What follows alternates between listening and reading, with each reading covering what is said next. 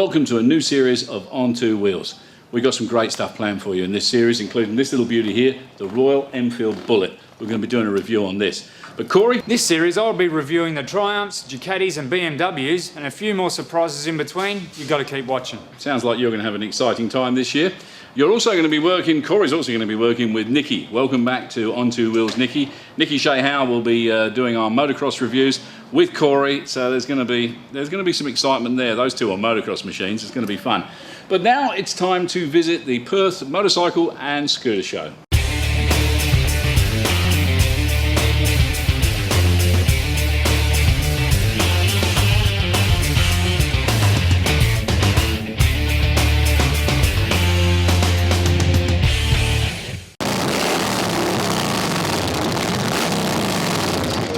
Now, we've got a rather special guest here with me at the moment. His name's Matthias. Hi, Matt. How are you doing? Hey, okay. Thanks. Pretty good. Yeah. Now, you've got this rather wonderful motorcycle.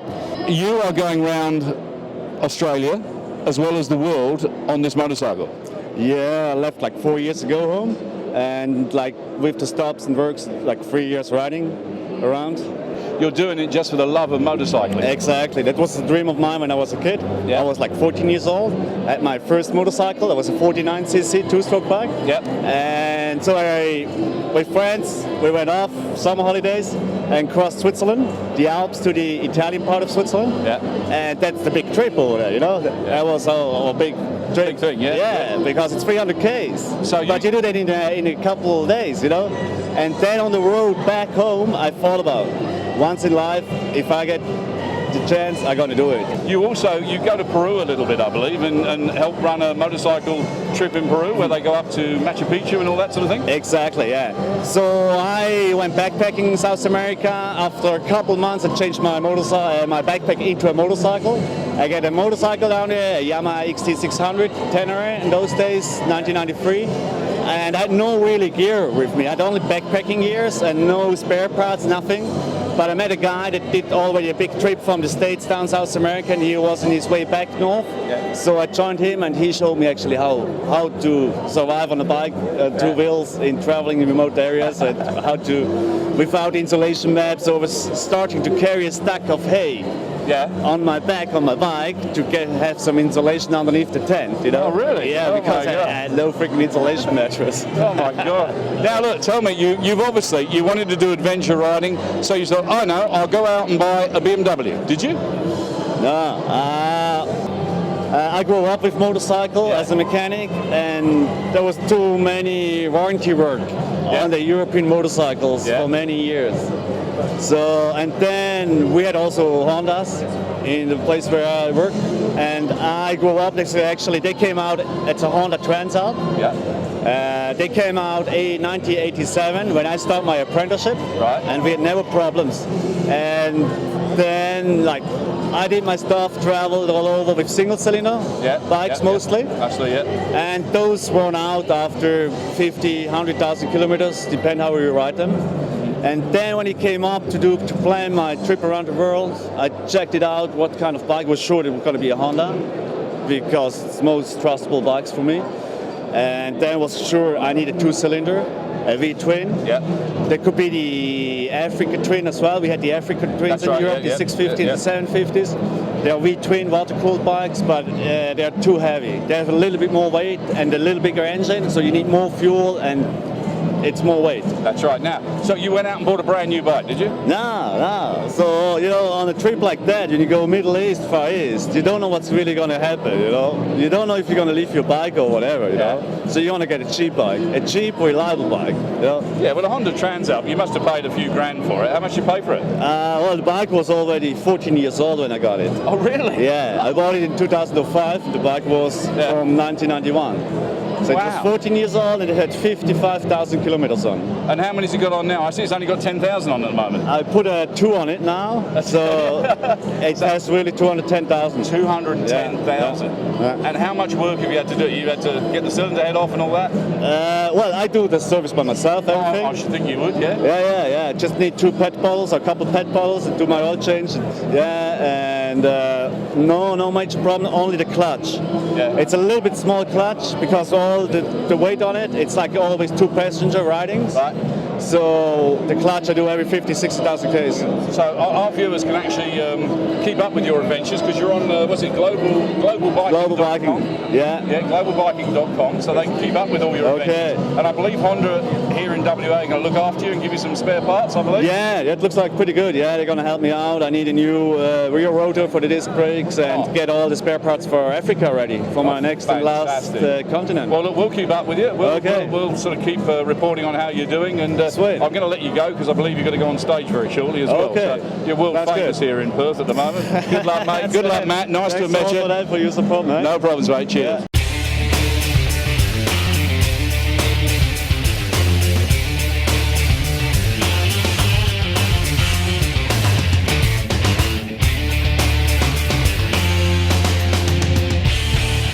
I've come across these caravans built by Jayco.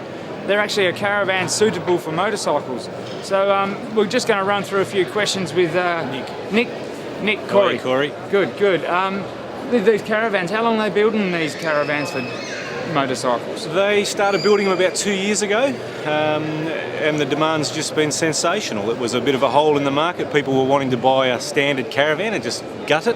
Yep. And it just doesn't work. It has to be purpose-built in the chassis and so on. And so we came up with this concept, and ever since we haven't been able to keep up with demand. It's terrific. Yeah, rightio. There's been a shortage of sort of like motorcycle trailers out there in general. You can go buy your 6x4, you can go buy all your tandem trailers, but you can't get one for a motorcycle. So are you going to be doing more of these through the?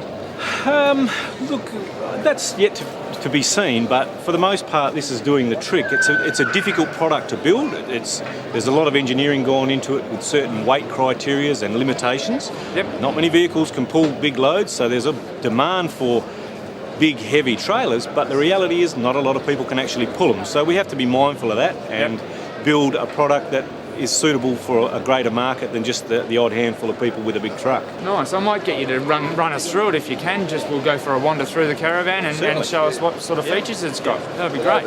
Okay, Nick, so this is the back of the workshop. So what sort of features do they have here? I noticed some beds on the side. Are they easy to put down and pick up? And yeah, it's easy. They're just a set of tilting bunks. Right. We have people with 2 children, 1 child, 4 children, so we can customise to a certain degree. Right. We bring the bikes in, we've got enough tie down points to keep the I noticed secure. all these. It's pretty well mounted, and you've got the Just a little workbench there, just for a bit of oil and rag and whatever, if you want to do a bit of maintenance, and a helmet holder up there so you can put the helmets up out of the way. If the customer wanted it, could they go for 2 of those as an option as opposed to Those 2 of them? Or things, yeah, you can switch around and once you've got the nucleus in place, Yep. those things are just a bit of fluffing around the edges basically. Well, this is mum and dad's domain in here. We've got a queen bed that folds out the front and a folding dining area.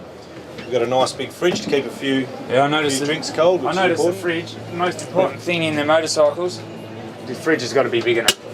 It's a fully reverse cycle air conditioner system. We've got flat screen television and radio, CD, DVD, and importantly, we've got a shower and toilet in there for the girls. And when the kids have been out on their dirt bikes and all grubbied up, you can get them in there and tidy them up before you put them to bed. So.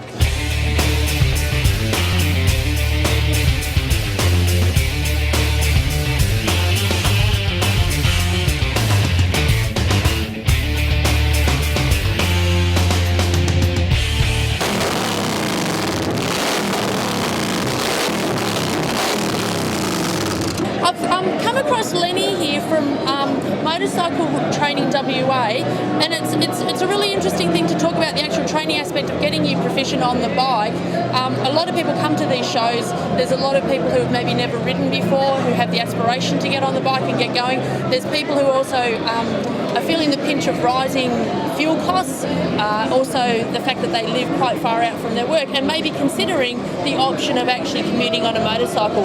So I wanted to chat to Lenny today and just find a bit about how we actually get going on the bike, what a training school such as Motorcycle Training WA can actually do for you to get you up proficient and safe on the motorbike. So you're taking people from scooter level right up to super bikes? Yep. for the 15 and a half for the scooter riders. They take the test at 16. All right. We're actually there taking them out on the road, so they're getting used to, because we're teaching them from their first ever licence, their first road rules. It's not like somebody who's had a car licence and knows what's happening on the road. Yes. We're trying to teach the scooter riders from leaving the house to going from A to B and obviously riding safely and still set themselves up in the correct road position. All right. And obviously making sure that when they do get a green light, they know to give way to oncoming vehicles, stuff like that. And you'll be surprised how many even people with cars do not give way to oncoming vehicles. Yes, Yeah, I don't think I'd be too surprised about that. Yeah. So you take them to a very quiet place to begin with where there's no traffic? You don't get them out on the road? No, first lesson we go, we obviously make sure they can ride the bike. We go through the bike with them. Scooter, it doesn't matter if it's 250 or not. Go through the bike with them. We obviously make sure they can handle the bike, low speed control. Oh yes. And obviously doing a quick stop over 50k, which is part of the test as well. Okay. We go through the roadcraft with them, where they should be positioned in the road. Also, the scooter riders, I make sure that I'm pretending I'm at a set of traffic lights and they're oncoming in different vehicles and things like that. And I'm saying, okay, who has got the right of way now, me or you? So And try and go through that. So you're aiming to get the riders thinking about what they're actually doing on the bike. So Yeah. once you've got them comfortable out in a quiet spot, take them out on the road Yeah. and get them really confident. Yeah, and because once they leave our tuition and they pass the test, we're trying to make sure that they're as safe as they can possibly be. Yes. Because we don't want them to be a statistic.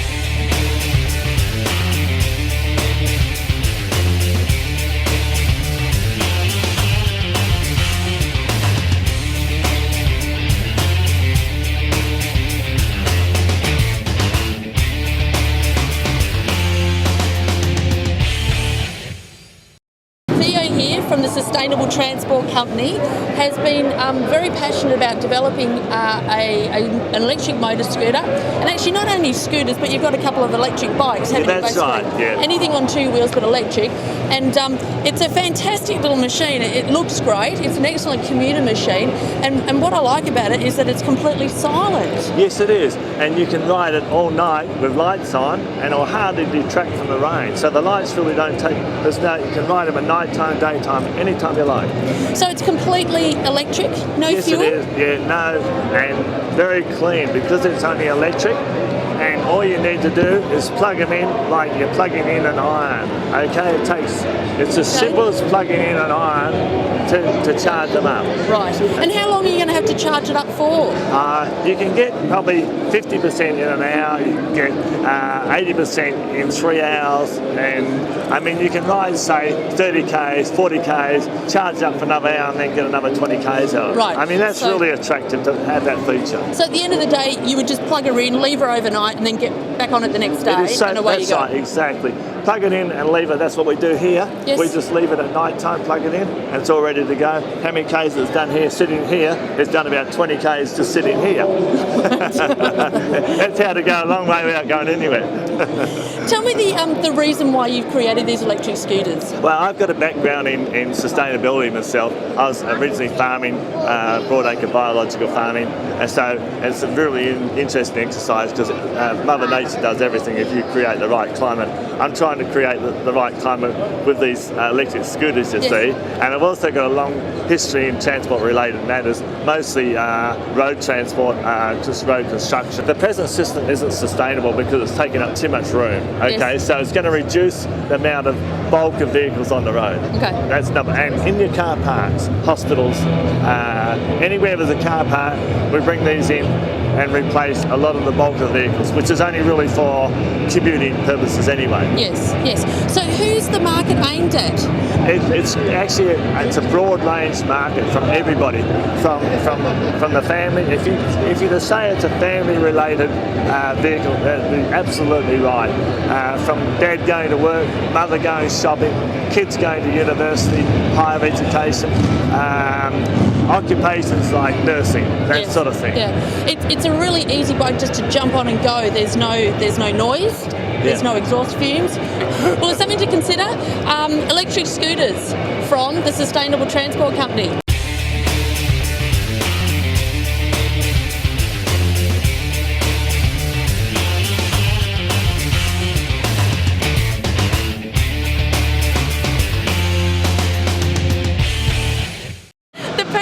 show has been a massive event here. 3 days of non-stop action and a lot of new releases from all the manufacturers. In fact, while I go in there and have a look at the rest of the stuff that's on show, we'll go and check out what Keith's gone to see with BMW, their new sports bike release. We're here at Auto Classic BMW. No, don't panic. We've not changed 2 wheels for 4. We're still sticking with the 2 wheels. But I've got to say, BMW over the years have produced some amazing sports cars. Their bikes, on the other hand, are, how can we say it, been a bit boring. You know, you can imagine the bloke who owns a BMW going home, getting off his bike and putting on a nice comfortable pair of slippers, nice comfortable jumper and smoking a pipe. But those days have changed. In fact, they started to change not long ago. Charlie Borman and Ewan McGregor decided to do a trip, long way up, round, down, inside out and all that sort of stuff. And they decided to go with BMW motorcycles. KTM, you missed out big time. Now, it became everyone who wanted to do adventure of motorcycling went to BMW. But still, the people on the road bikes, it was boring. You still have those 2 big lumps sticking out the side, even with the K1300. It's a nice bike, don't get me wrong, but it's a BMW.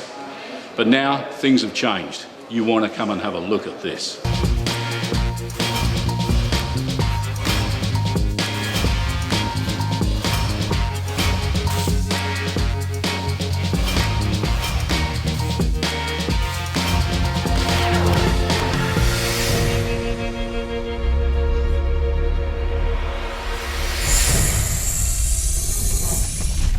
Here it is. Erwin, pleased to meet you, mate. Pleasure to have you. Now, you're going to talk to me about this little bike here. S1000RR. Correct. Not S1000RR, double R. Okay, tell me a little bit about it, mate. Apparently, it's the nuts. It's the duck's nuts. It's the absolute fire breather. Awesome power to weight ratio. 183 kilos dry, 193 horsepower. So 183 kilos dry. Let's talk about. No one rides a dry bike. They have fuel in it. They have oil in it. Yep. 205 kilos. That's 205 kilos, fully fueled with that's ABS better. brake. Now then, it's got inline 4. Absolutely. So it's carried on from like the GSXRs and all that sort of thing. Yep. Same sort of motor. So it's competing directly with the inline 4 cylinders, the GSXRs, ZX10 Kawasaki, and Honda Fireblade. Okay. Power to the rear wheel, 160 brake horsepower. Is that right? Correct. Wow, that is awesome. Now, how does this come standard? It comes standard with a 4-way mapping for wet riding, normal road riding, and 2 race modes with road tyres or slicks, depending on what you're using on the track. So it's not like a traction control, it's just a different style of ride, or is it traction control? No, it's power mode setting. Power mode setting, is it, right? It does come as an optional extra to have traction control and ABS, but as a standard bike, it comes equipped with 4-way power mapping and a factory quick shifter as well. And it's got a quick shifter fitted on? As standard. Wow. Now, we've got to say, what sort of price we're looking at for this baby? Right away for being this is BMW, and we've been looking at the price of some of the cars, some of the bikes. Go on. We've been pricing this bike extremely aggressively, so as a standard bike, it's 23,200 right away, all on road.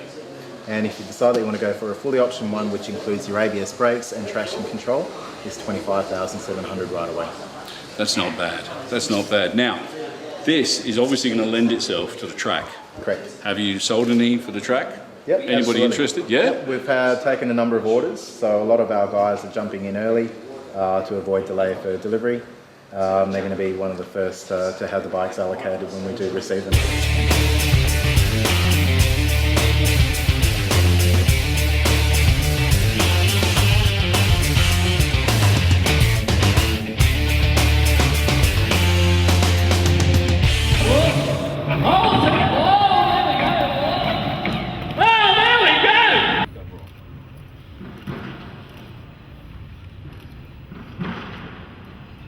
That looks so much like a K100, it's silly. Hey, look at that, isn't that amazing? Tell us a bit about it. Well, ladies and gentlemen, the new 1600cc Triumph Thunderbird. I've been waiting to have a look at this thing in the flesh too. Oh, she's a big girl. Well, I hope you enjoyed the motorcycle and scooter show from Perth. It was a fun 3 days, wasn't it? Definitely exciting, and yeah, we had some great machines there. Absolutely superb. Unbelievable, some of the ways that they configure a bike. The worst thing is just watching the rocks. You just got to miss those rocks down there. You can see them from the top here quite badly. Yeah, and just so your back wheel don't hit it and throw you out. You just want to get to the peg, to the tape, and then boom, You've got to take a look every time you come through the course, is that right? Best to, because if the rocks move and things like that, yeah, because the next rider behind you, could kick a rock. Especially sidecars, they like to move a few rocks, and there could be a big rock in where you're dropping into. So you don't want to come over the thing and find it's a big rock in front there that's been moved. As you see the guy in the middle of the creek, yeah, he's not going to the toilet, he's actually waiting for his junior rider to come through. It's great that they escort the junior riders through each section and help show them the way.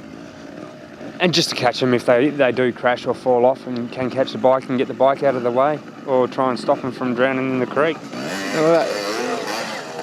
It's a fantastic effort from young Luke. He's on the little 125. Yep, 2-stroke. There is a few 4-strokes here. There's a foot down, that's all right. He's hit a big rock with the front wheel.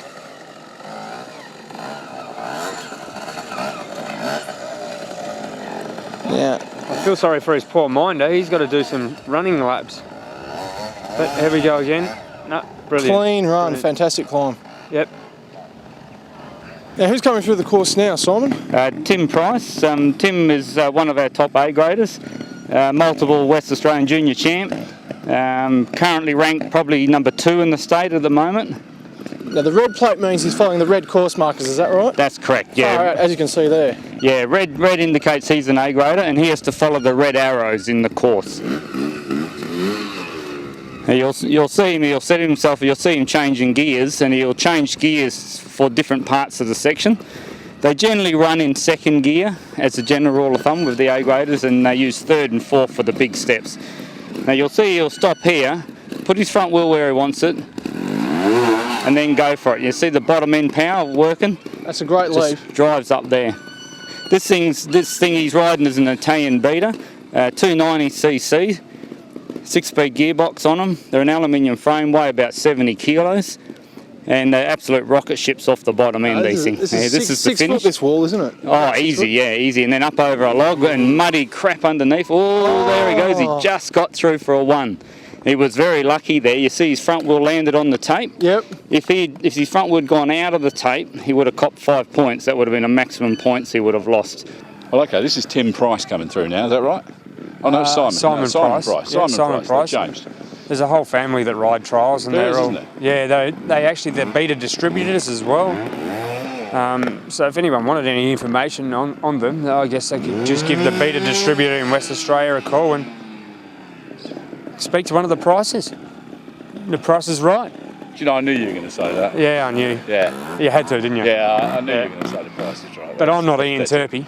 No, nothing. No, I tell you what, this is amazing. Look at that. The control is absolutely phenomenal. If you notice, they've got one finger on the brake and one finger on the clutch. They don't actually hold the brake and the clutch with their full hand. I tell you what, if you slip off, you'll have a finger on your crutch. I don't know about that. Oh, definitely. Because these rocks are really solid. Yeah. Here we go. Well, he seems to accomplish this one so far. We better not put the mockers on him yet. We've done that lately to a few people. Clear stage. This is Tim's turn. We might ask, yeah. Tim will be riding the red course. So that's A grade. So this means he's going to go up that bloody great rock there. Well, yep. I can't wait to see that. Try and get up the bloody great rock. So far, one person's only made it, and he's the fella, isn't it? That's Lewis. Whoa, that's cool. Jesus. Lewis is just back from a trip to Spain, where he's been training with the Spanish? The World Trials, the World Trials champions over there. Yep. Oh. Well, let's see if it pays off. Jeez. Control is just unbelievable. Oh, fantastic jump.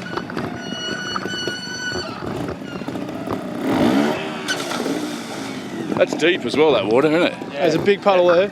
Now he's got to go up this sheer rock face here. What a challenge. Oh, one penalty. Unlucky.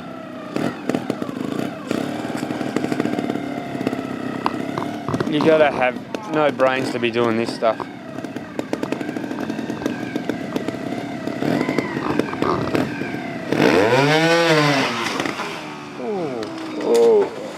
Unlucky. Unlucky. unlucky.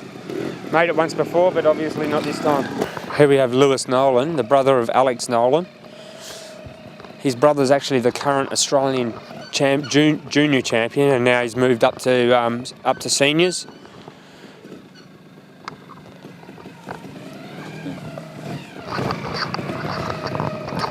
This section's a bit tricky for the A graders.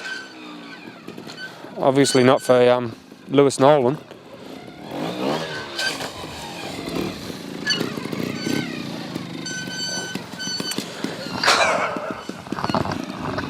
There you see young Alex Nolan following the drink.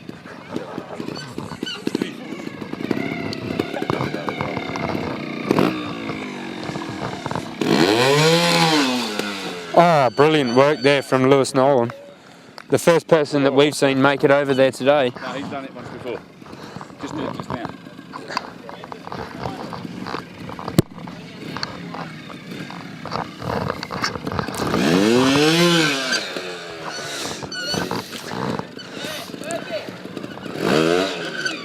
These two young boys are competing for the state championship, and they're brothers. If it was my brother, I'd be telling him the wrong way to go.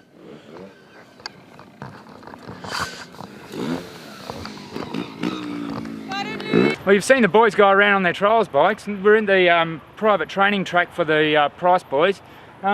Neil, you just want to run us through the bike and explain how they work and what's different between a normal motorcycle, because they're not exactly the same as a normal motorcycle. No, whilst in the basic makeup of the bike, they are very similar to your normal motocross or enduro bike. They are quite unique. They're extremely lightweight, and they're built specifically for trials. Like all bikes, they've got a 6-speed gearbox, a normal 6-plate clutch, so it's like your normal bike. There's no fancy centrifugal clutches. People sometimes think there's something unique about the clutch, but other than that, they're basically a 2-stroke motorcycle. This one is a 290. They come in various levels, starting from about 50cc through to 290 to 300cc. There's 125s, 200s, 250s for the juniors as they come up through the levels. The bikes are extremely lightweight. They weigh around the 70 kilo mark. There's a few fluctuations in weight, 2 or 3 kilos either way, but they're all around the 70 kilo mark.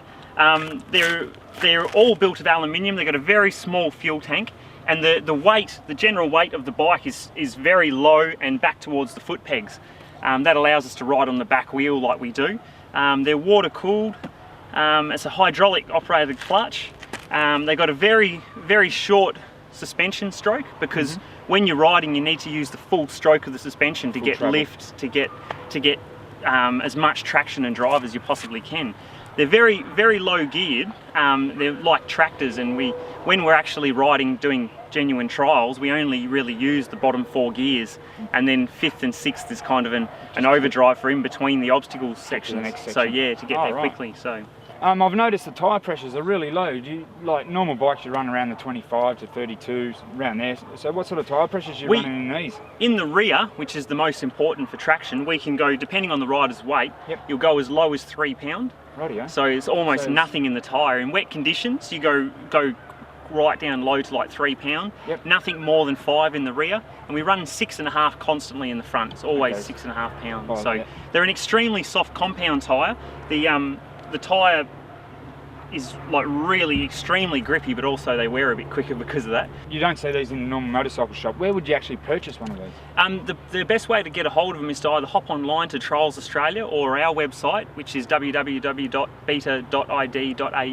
We're the West Australian beta and gas dealers. Okay, so that's why you've got this training track here. And yeah, basically yes. You've got to get into the local scene, meet the people, and like speak to the clubs to get a hold of it, because trials at the moment is unfortunately quite small, so we've kind of got to support ourselves. For someone to get started, what's it going to cost them?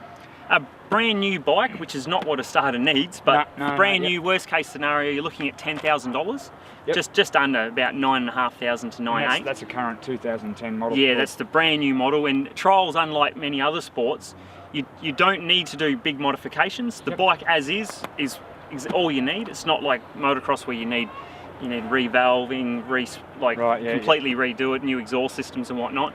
But you can start from as low as probably $800 for an old twin shock. Rightio. And there's any price range in between there. So an $800 one will do the same job as something like this? Yeah, not quite the same job as this, but but to get started in the sport, you basically just need ankle protecting boots, long pants, helmet, Motorcycling Australia licence, and your club membership. The clubs do they look after new starters. So the first couple of rides, your membership's free. They give you honorary membership, so you only have to pay for your entry to the event and a one-day licence or your MA licence. Now we're here in the back of Fraser Motorcycles. What is this area, Greg?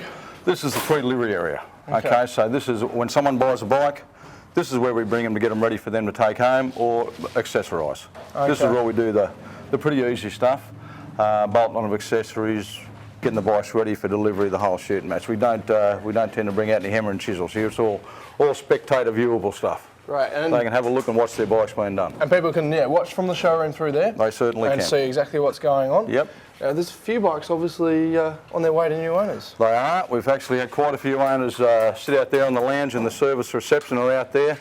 And one guy in particular sat here, come in for 2 days with the accessories, watched his bike be pre-delivered, then watched to get all the accessories fitted in one hit. So he was wrapped. He's seen it from the word go. Fantastic. From the minute it come out of the box. Now we're walking into the main workshop area. As we come out here, we've got our detailing area. We've got two detailers we keep going all the time. Those machines look fantastic. They also do a great job. Getting ready for pickup. On this side we have a Ducati Tex, both going hard. Yep. Another Ducati bay here. As we come over, you've got Harley Davidson area, or one of the Harley Davidson areas. As you'll notice, we have oil being pumped up from the basement. Everything's all central, isn't it? We've got these tubes here, obviously for exhaust. They're extraction fans, retractable extraction fans for the exhaust. And we can see the oil lines, so you've got no oil cans, drums running, sitting on the floor. Here, we'll try and stay out of this, gentlemen. It's in the BMW area. As you can see, all piped in. All piped in from the basement, no mess, no fuss. Yeah, it's an improvement, even from the 44-gallon drum or the old plastic containers. That's it. It's amazing. No rubbish on the floor, nothing to step over. You have the Ducati and BMW, one type of oil, they're set up, and the Harley Davidson set up for their type of oil. And they pipe to each individual bay. Pump through at each bay as needed. Fantastic. On that one. Wash bay, self-explanatory. As we can see, we roll up, we have 2 BMW areas. Now these are more BMWs ready to go out, More BMWs ready to go, servicing, pre-delivered. And we're only halfway through the workshop at this stage. We've got a bit of room to play with. All right. Then we come to another Harley bay. Each Tech has 2 ramps, 2 work stands they can go off. So they're always keep going, so they can work on one bike, and if they get somewhere they can't keep going. They can keep going with 2 at the one time. Bring the second one up. There we go. That's what we sell. We sell ours, so we can't muck around. We can't have Tech stand around doing nothing. Again, Harley and Harley. Harley being one of the biggest sellers here. Yep. Up on this side, it's probably an area you don't want to visit too often. This is smash repair. Right, so yeah, these are the unfortunate side of things. The ones that haven't kept the shiny side up, mate. That's it. Exactly. That happens occasionally. And that brings us to the back of the workshop, which is, as you can see, an amazing facility. What you'll see on the roof, and you would have seen through the rest of the building, the insulation is recycled paper. Oh, that's awesome. That's it. That's a real Insulates, soundproofs. So as much as we can, we've remained green. It's important these days, isn't it? It is very important. So everybody's very conscious of being environmentally friendly. That's it. Motorcycle riders probably more than other form of car drivers and everything like that, because they're more efficient to start off with. That's it. And it's great to see that sort of facility and that sort of recycling and care. Well, we're doing our best. I mean, these days, you know, we've got to be innovative, and there's no doubt this is what this store is. Yeah, certainly. I mean, gone are the days when, you know, you can come in and pay a couple of $100 to some bloke with a greasy pair of overalls and rubbish all over the floor, and you know, you may have done a fairly good job on your bike, but that's not what people want these days. That's not what they call value for service, and we strive to, you know, to go that extra mile. Fantastic. You know, that's what we hope to go above and beyond what the customer expects. Great. Well, thanks for the tour through the workshop, Greg. Absolute pleasure. Glad to have you. It's been great to see. Anytime. Cheers. Thanks, mate. Thanks, Greg. I don't know who's been to a motorcycle dealership before that's had a lift, but this is amazing. I'll just push the button over here. And look at that. It's one of the things of having a modern dealership, many levels. They've got to move bikes from the basement right all the way up to the top floor where there's the display case. And just look at this, 2 bikes, no problems at all. Basement, workshop, dyno rooms through there, and upstairs they've got the feature showcase. I mean, a lift in a motorcycle dealership, who would have thought? This young lad didn't even walk the course, No. so he obviously knows it quite well. He must own the property.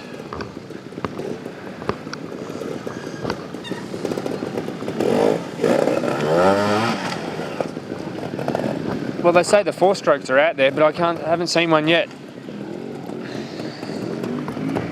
Most of these guys are still riding all the 2-strokes. That was pretty high, high for the front wheel. I was about, yeah. I thought he was going to go over backwards then.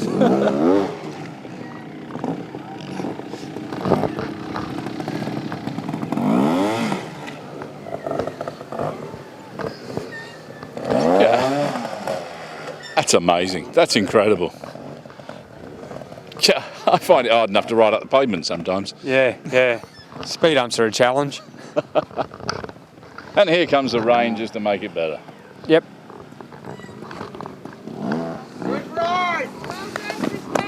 And didn't put his foot down once, that constitutes a clear round. Yes. That's right. Yep.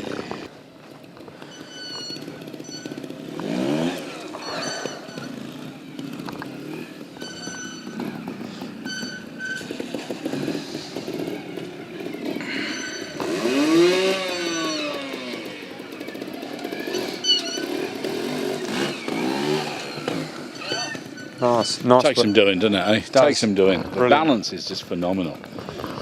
Balance and control, it's... Balance and control, yes.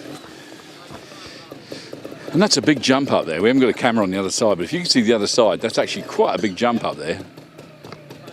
And they just sort of wedge it in. He's just dabbed a foot down there.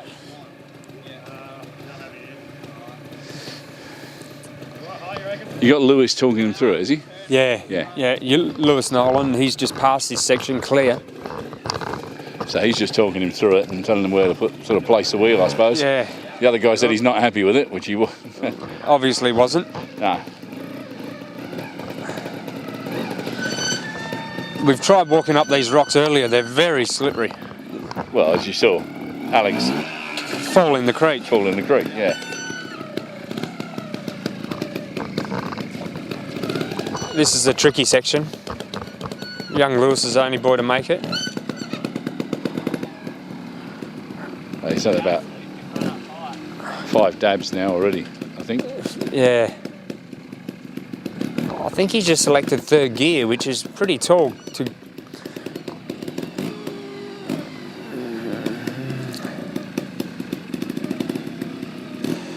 That's got to be 15.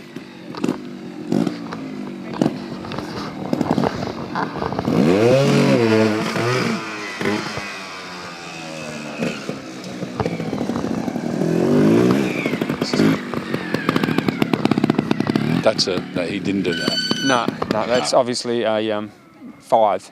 Yeah. We were at the Perth Bike Show. These boys did a fantastic show there, and they were actually on stage as well. We managed to get them up onto stage. And off. Yeah, that's right. Alex at the moment is only 16. This is his first year in seniors. He's just finished the Junior Australian Championships and come first. That's an interesting way he took that. Yeah. Yeah. He didn't touch the tape, so I suppose that's all right. Yeah.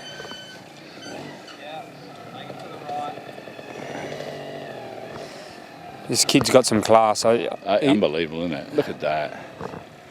What he was doing at the bike show was amazing. The balance is just incredible, isn't it? Yeah.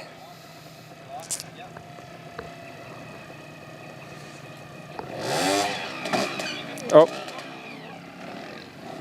unlucky there, young Alex. And he's looked at the camera, he said, bugger, the camera's on me again. Yep.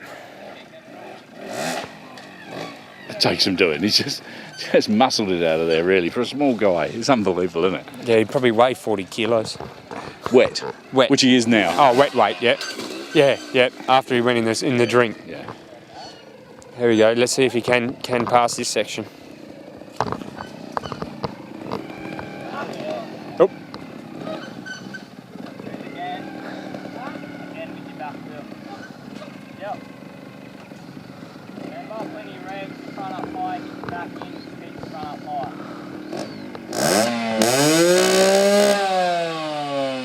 Clearing the throat a bit. Yep, 2 strokes, so they've got to clear it out.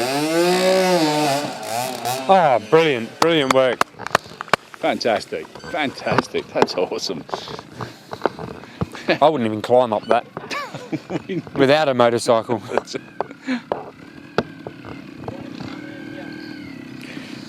And we thought that was hard. Now he's going to get up this as well.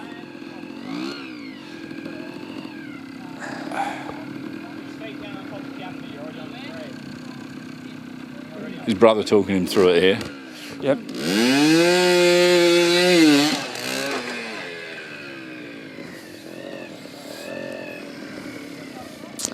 That's unbelievable, the punishment these bikes take. Yeah. And we were just talking earlier on, they've only got a small bash plate underneath. And a tiny bit of waffle rubber. Yeah. Oh, fantastic. Look at that. That was amazing. Oh, just touch the tape. You're allowed to touch it, but you're not allowed to go over it. Oh, right, okay. Yep. That's the rules. Yep. Well, that's fantastic. Oh, he's done pretty well there. I would say he had a 3 there. Well, we hope you enjoyed the trials. We're going to come back and see these boys again one day, aren't we? That'll be brilliant. I think me, you and Simon are going to get on one and see if we can do the white pass. I don't think we got a chance in hell, to be honest with you. But hey, maybe we'll give it a go. Maybe we'll get Alex to teach us. Yeah. We've embarrassed him enough in the past on the show, so maybe it's his turn to embarrass us. Yeah, definitely. Yeah, we'll go for that. And yes, folks, we're at round 4 of the State Motocross Championship, and this is about the driest weather we've seen all day. Had a great chat to some of the riders so far, and you know what? A bike's just fallen over right over there. That's how bad it is. It's atrocious. No one was riding it at the time. No one was riding it at the time, but there's been plenty of spills on the track behind us as well. Now, I've got a new person to my right. Keith, would you like to introduce her? I could do. Do the honours. Nikki, how you doing? Welcome to Riding WA. Thank you very much. A pleasure to be here. Now, you're going to be covering most of our motocross events, I believe, which will be something that I really look forward to, because that means I don't have to get soaking wet and covered in mud every weekend. So it'll be really good. It'll be your turn to get covered in all that sort of crap. Well, I see that you're not very appropriately attired today, Keith. You've even No. got the mud splattered on you. No, I actually... Welcome to motocross. I actually arrived here in a leather jacket, believe it or not, but I did take the leather jacket off, which I'm really glad, but I got absolutely covered at one... We got a great shot, though. I got a great shot. You've got to admit it was a good shot. Yeah, I got a great shot of you covered in mud as well. It's fantastic. But, so you're going to be covering all the motocross for us, which is good. Yep. And where are you going from here? We got this event and then we move on. Next weekend we're going up to King of the Cross up at Southern Cross. Hopefully the weather holds out, and haven't been there before for a motocross event. Passed through there many times on the way to and from Kalgoorlie, but it should be good. Promises up to $40,000 in prize money. There'll be various classes racing, so hope to bring you some footage come next week. For that sort of prize money, I might even give it a shot. And I don't even have a motocross bike at the moment, but push sounds bikes good. don't count. Push bikes don't count. Maybe a tow rope attached to someone. That might get me around the track at least. It might do. So we've got more racing here today yet to Yes, come. we have. Yep. We've got Which will obviously start when it starts raining again, because it Probably, seems yes. that they have a break. Every time the sun comes out, they have a break. Then when it rains, they start racing, which is really intelligent. I must admit that the track is probably the worst motocross track I've seen as far as slush and mud, and there's just caked on mud and grime, and you name it, it's on everyone's bike. So No, it's the girls are racing the today girls as well. are racing. So we're going is to have a the chat with a couple of the girls? Yes, it is the state championship for girls. So the top girl riders in the state here trying out their luck with the boys. So yeah. Trying out their luck with the what? Well, not in that regard. I thought it was racing. Their they were here racing expertise. for. Yeah. What do you think I came down here for today? Well, it is the girls. Yeah. Women, obviously. You're not racing. Oh, so I'm not in with the chance. Fair enough.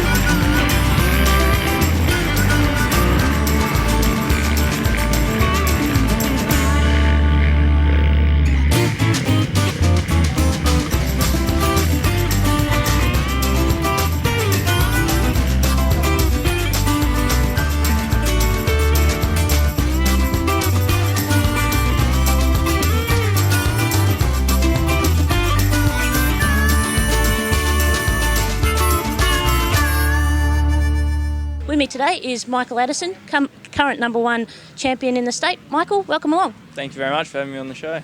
Pleasure.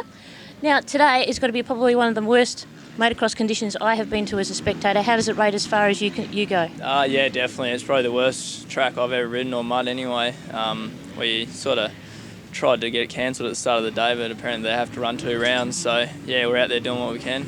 Now, you were with the group down at round 3, which was down at Jindong. Yep. How did you fare after that championship round? Not too bad. The first one I had a couple of crashes and managed to get second, and then the second one I won. And they called it off after the second race due to wet conditions again. Yep. Now, Michael is the current state champion as well. He's wearing the number 1 plate. How has that helped your career so far this year? It's definitely helped my career. Obviously, I'm based here in WA, and I need to establish myself on a state level before moving over east and competing at a national level. So, winning the state round last year was definitely good for me and for KTM, and they promoted me by putting me on the factory team to compete in all the nationals this year. Do you have aspirations perhaps of going over to America or the European field if you can work your way up and sort of hold onto a really good position in the state, not just the state championship, but also in the national scene? Yeah, definitely. This year I think is a bit of a learning year for me in the nationals. I'm riding the open class for the first time for a factory team as well. So next year I'm planning to, I guess, be in the hunt for a national championship, and then I'll just keep going as hard as I can for as long as I can, and hopefully injury doesn't hold me back, and I'd definitely like to get to America at some stage.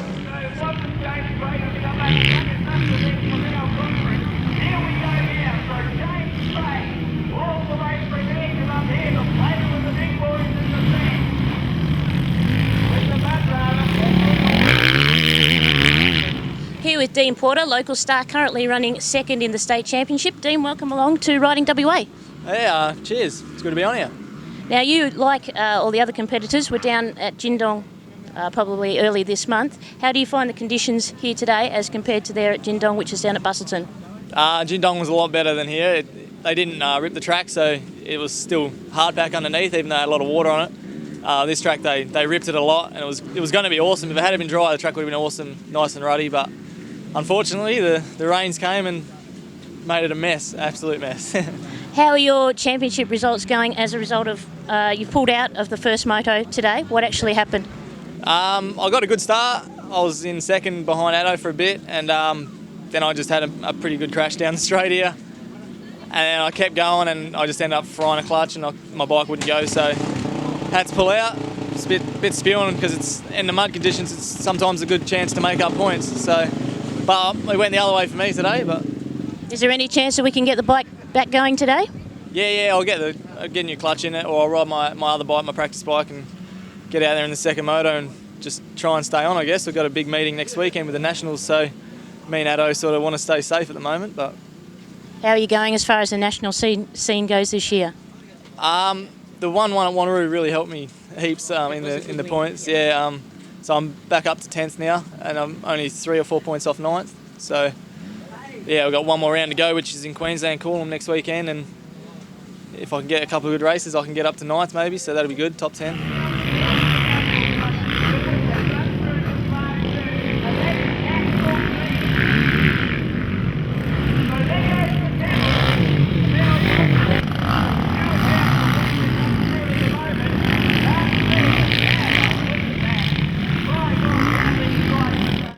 Out in the middle of the track down here at Byford. Veterans are just about to start. Just give you maybe if Keith can pan in and give you a close-up of this quagmire that these guys are ripping around. Some of the average speeds, if you have a look at the score sheets, are around 60 miles an hour. So if you can do 60 miles an hour in that, you are doing way better than me, because some of it, if you walk around the track, some of it is actually up to your knees.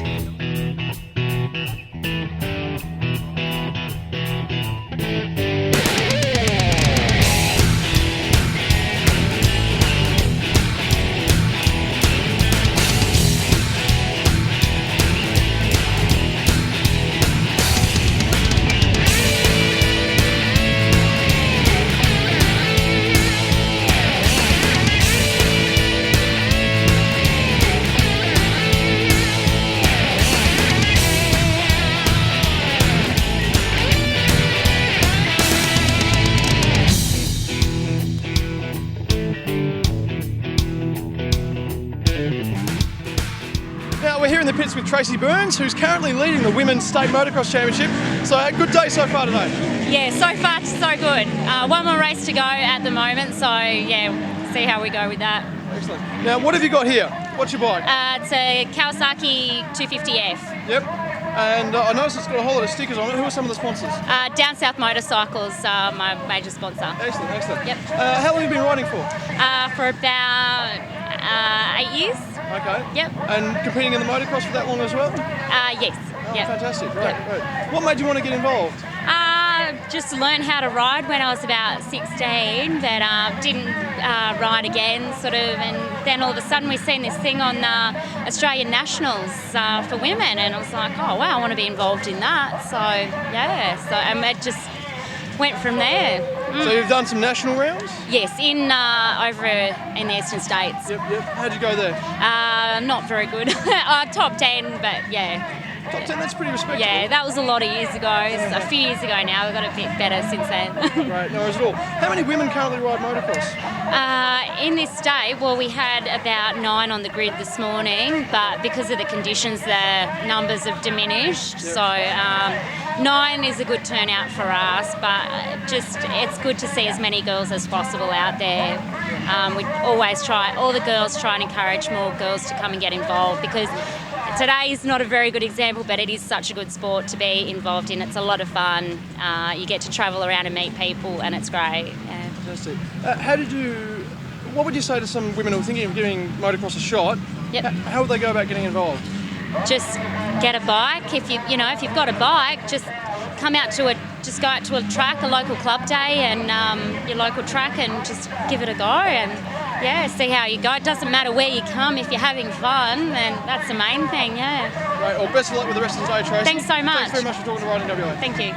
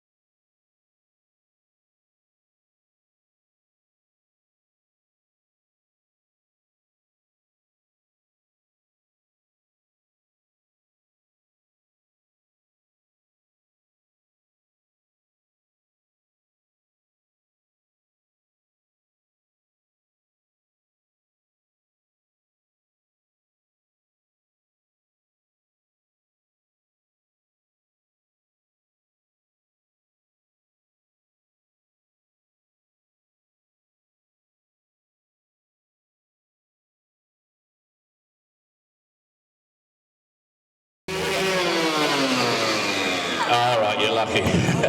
No, he's going to go off the step. No, he's not.